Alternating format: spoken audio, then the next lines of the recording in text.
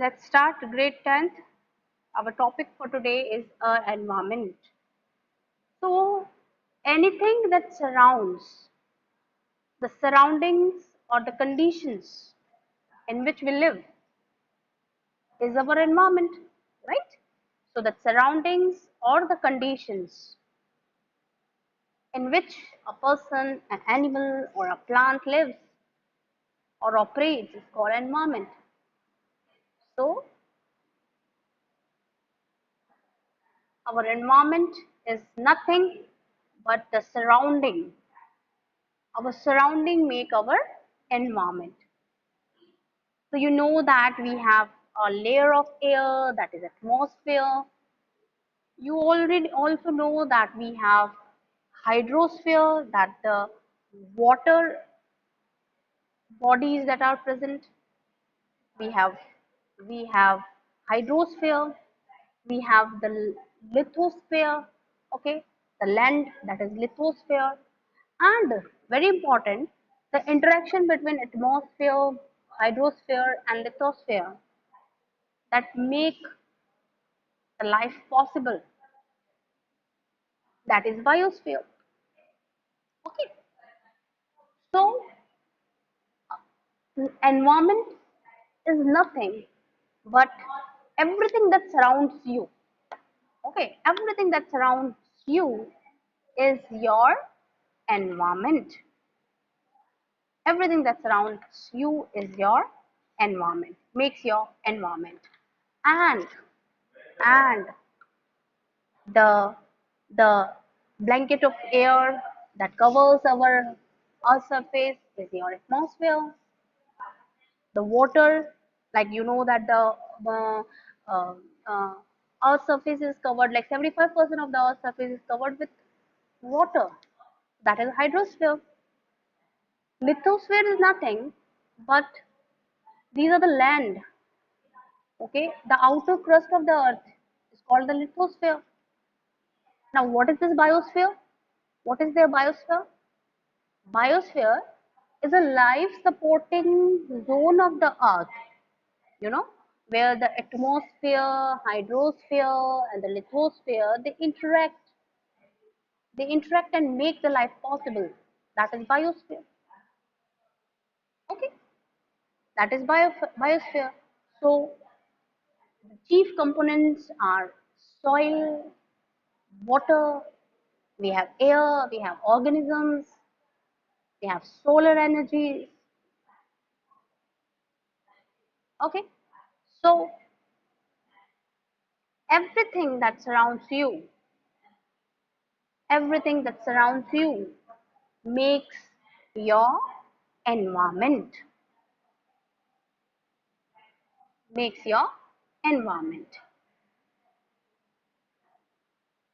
Now, you know, children, that our environment is very important as we are living, we are sustaining here. But you know, by continuous using of non-biodegradable waste and by not taking care of proper care of the environment, our surroundings, we are depleting it. Okay, we are spoiling it by producing waste. So waste can be produced by us, and it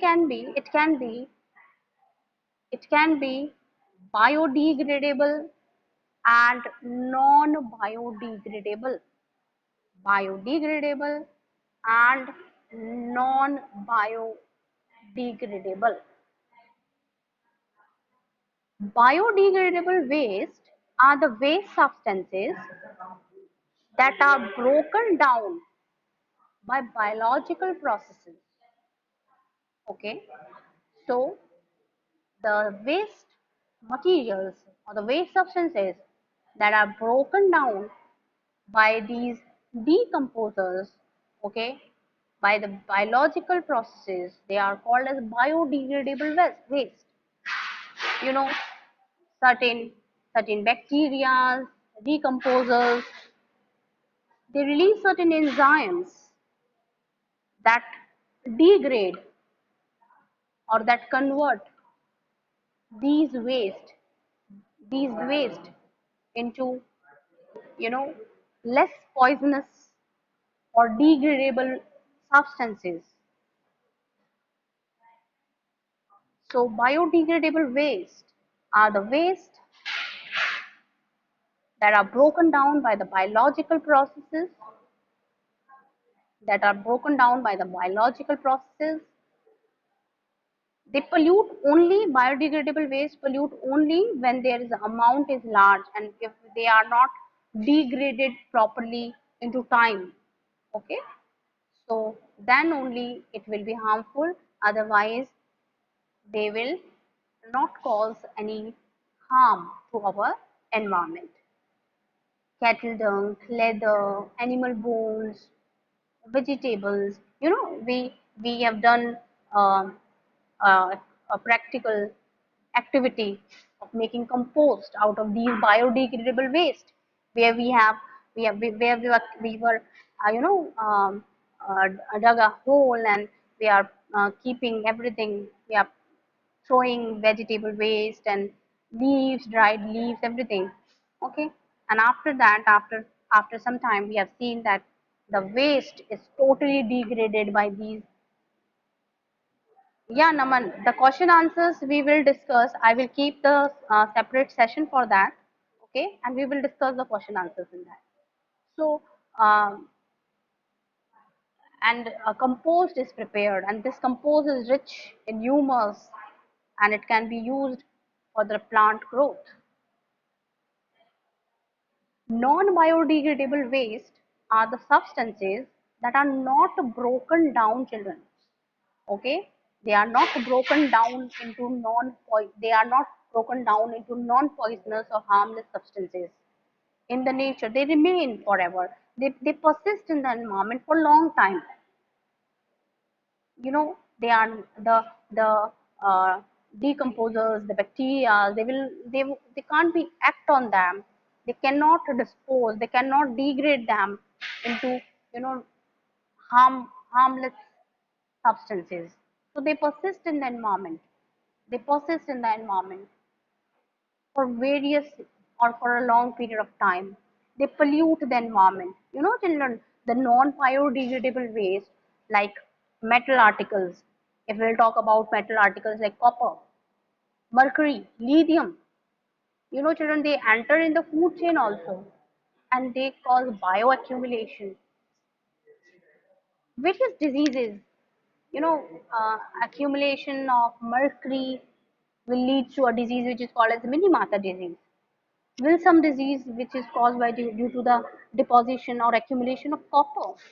So these are persisting in the environment for long time, and you know, they will cause, they will enter in the food chain, and they will harm the they will harm the living organisms. They will harm the biotic as well as abiotic, all the factors, herbicides, fertilizers, many, many are there.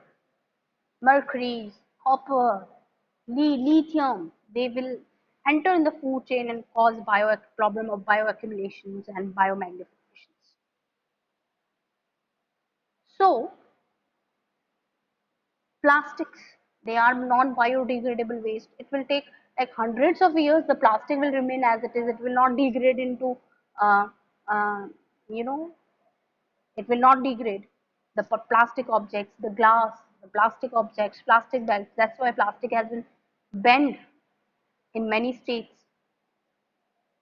So biodegradable, and I hope you are clear with the terms biodegradable and non-biodegradable waste. Now, coming on to this topic, that is ecosystem. What exactly this ecosystem is? Ecosystem includes all the living things, whether they are plants, animals, living organism, all the living organisms, okay, in a particular area that will interact with the non-living factors or abiotic factors. The living, that is biotic factors that are interacting with the Abiotic factors. Abiotic factors may be sun, soil, water, climate, air, earth, all are abiotic factors. Okay, so ecosystem is sum total in which the various living things interacting with the non-living factors of the environments. So it may be the interaction between living organisms, okay, two or three living organisms, they will be interacting among themselves, or it may be the living organisms can be interacting with the non-living organisms. There may be interspecific, intraspecific interaction. Okay, there are various ecosystems. Okay, there are various ecosystems. There are various ecosystems. Ecosystem like wetland, lake, coral reefs, oceans, okay, grasslands, deserts, various ecosystem, man-made ecosystems are there, natural ecosystems are there. Okay, there may be terrestrial ecosystems such as deserts, savannas, tundras, mountains, forest, tropical evergreen, tropical deciduous, boreals. There may be artificial ecosystems. If we'll talk about a crop field, a park, aquarium, these are the artificial ecosystems. Ecosystems can be aquatic, terrestrial, it can be artificial also,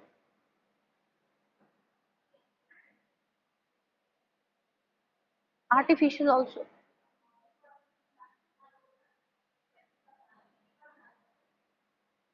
Now, let us talk about the components of ecosystem. There may be, as you know, that the ecosystem is interaction between abiotic and biotic factors. So the components may be abiotic, that is non-living, and biotic, that is living.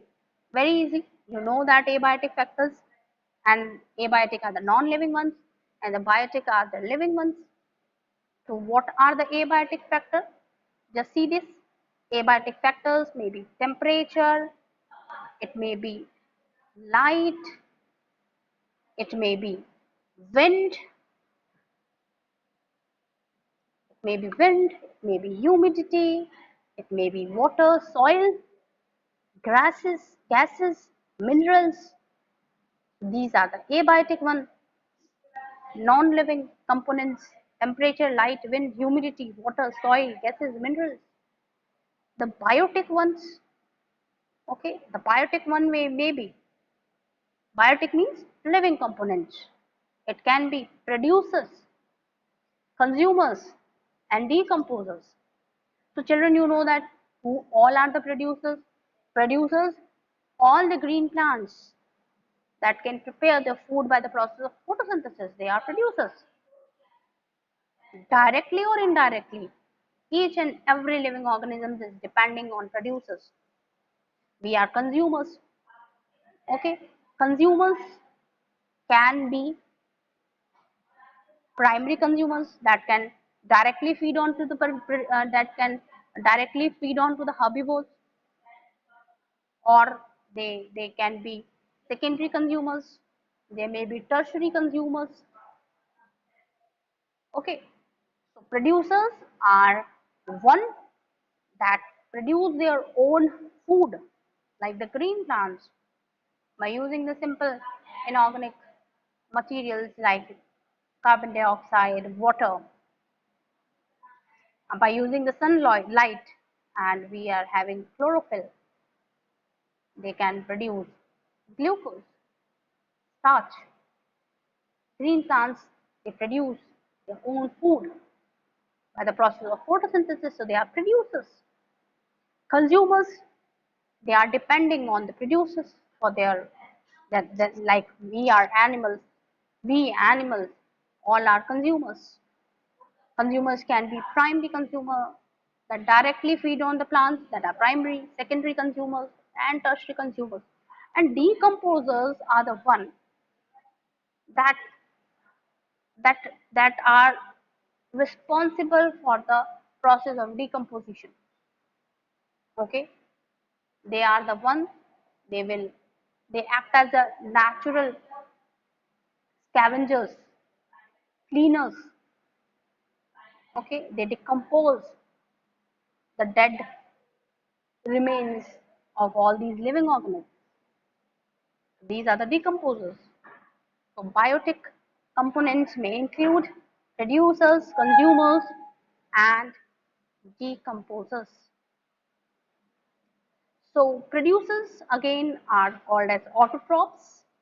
Producers are called as autotrophs. Okay, they have their own organic materials like glucose. They make it from, they have made it from the simple inorganic substances, as I have already told you, that glucose produced and it is used as an energy source that combined with other molecules, okay, they will make biomass. So it is this biomass that provides the total theoretical energy available to all the non-photosynthetic organisms. We are non-photosynthetic. Animals are non-photosynthetic. We cannot make our food. We have to depend on this biomass that the plant has been producing. Okay, so we are directly or indirectly, whether we are herbivores or carnivores or omnivores, directly or indirectly, we are depending on the producers. Okay, the glucose produced uses energy source by the whole plant, and this is stored in the form of biomass, and we are using this. The producers are the ones that make their own organic material. Consumers, they are also called as heterotrophs. Consumers, they are also called as heterotrophs. Okay, they obtain the organic molecules by injecting other organisms. Maybe we are herbivores, carnivores. So the organisms that feed on the producers, they are called as primary herbivores. Okay, so uh, rabbits, for example, we'll talk about insects, deers, rabbits. They are primary consumers, as directly they are eating the plants. In terrestrial ecosystem, if we'll talk about, okay, the secondary consumers, the secondary consumers feed on primary consumers or herbivores. Okay, like dog, fox, wolf, they eat on rabbit, deer, insects. These are the secondary consumers. The secondary carnivores, or you can say the tertiary consumers, they feed on the secondary consumers. Lion feed upon the wolves. Lion can feed upon the foxes, dogs. Okay, so consumers may be primary consumers that directly feed onto the grasses, trees, or producers. Secondary consumers, and we have the top carnivores, that is your tertiary consumers, right? I hope it is clear and it's very easy. Now, decomposers, they are the waste managers. They are the waste managers. When organisms die, their bodies, they will form a source of energy and raw materials for other organisms. Okay, so decomposers can be detritivores or saprophytes or saprotrophs. Saprotrophs, you know, that the organisms that live on the organic matters. Okay, that remains. They secrete certain digestive enzymes and then they will absorb. like fungi, bacteria, they are saprophytes, saprotrophs. Detritivores, earthworms, beetles, they ingest the non-living organic matter. Okay, they ingest the non-living organic matter. Example, earthworm, beetle, they are detrivores. The decomposers can be saprotrophs or detrivores. They are the waste managers. Why decomposers are required? If decomposers are not there, you know, the main role of decomposer in an ecosystem is to recycle the nutrients. As the once the organism is die, okay, all the nutrients are recycled by these decomposers, and these nutrients are then released in the ecosystem, and then it is available again for the use. Okay, for example, if plant is dead or if any animal is dead, so the nitrogen or for any of the nutrient, it is taken up, the role is taken up by the decomposers. Okay, and these decomposers then release these nutrients in the air, in the soil. The plant can again use these nutrients and again it can use it by the plant. So the cycle will repeat on. So decomposers make nutrients available again and again for the producers.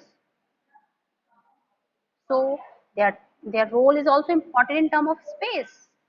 You know, if dead organisms are not taken up by these decomposers, are not eaten up by these decomposers, there is a problem of the space. The dead remains will remain like a plastic. Okay, they will not be decomposed. So very important the role of decomposers. Okay, children. Now this is the basic idea that I have given to you. Now you should know that food chain in the lower classes also you know that what is food chain. Okay, very simple. You can see this diagram. Maize is eaten up or grass is eaten up by the locust. Locust is eaten up by the lizards. Lizards are eaten up by the snake. So in the sixth standard also, you studied about the chain, this food chain. What exactly the food chain is? Food chain is a sequence in which one organism is eaten by another organism.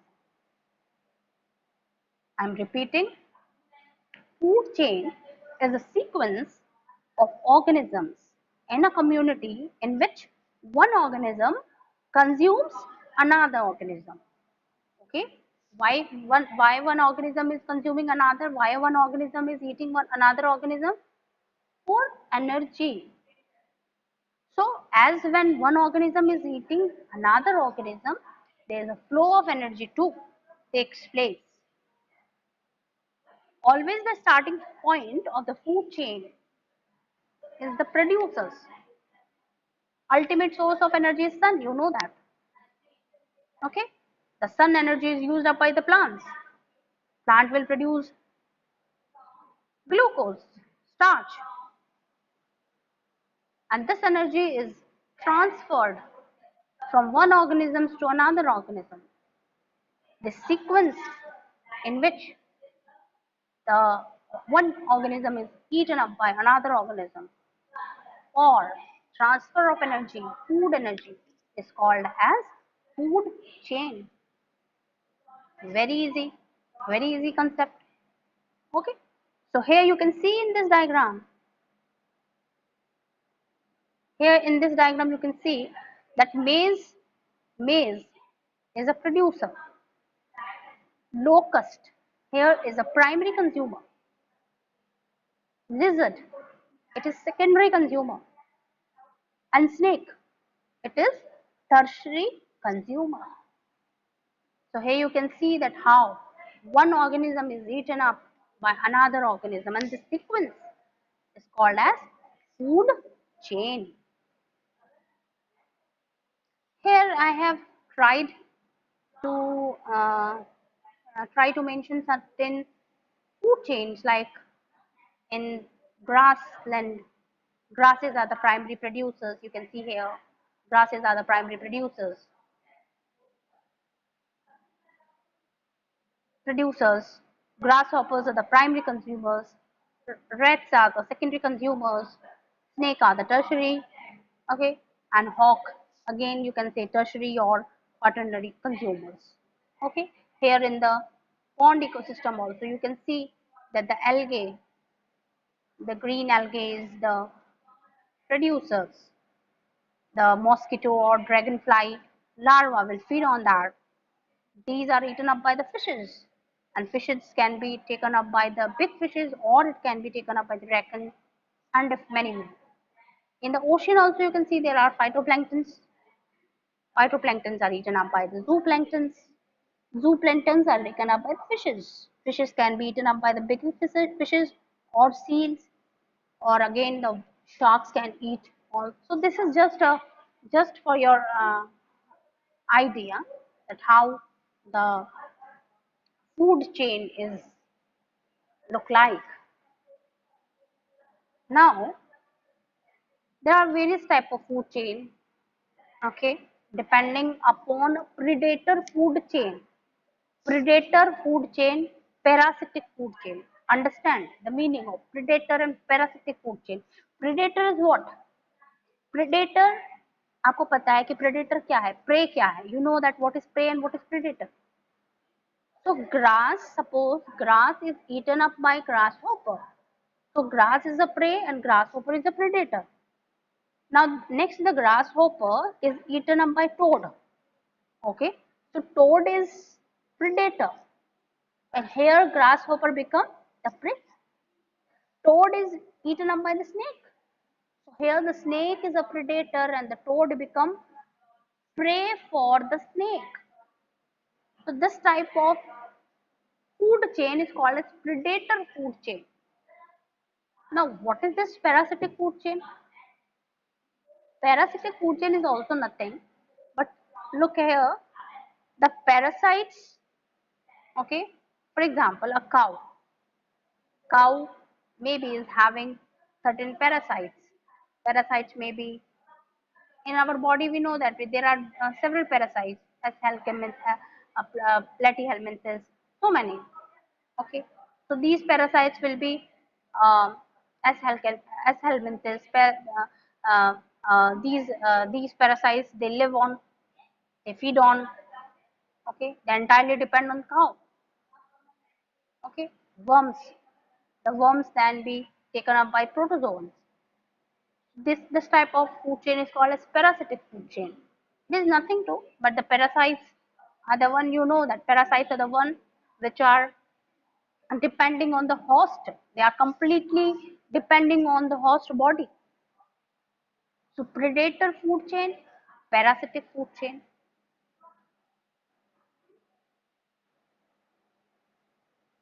And this is also simple. Okay.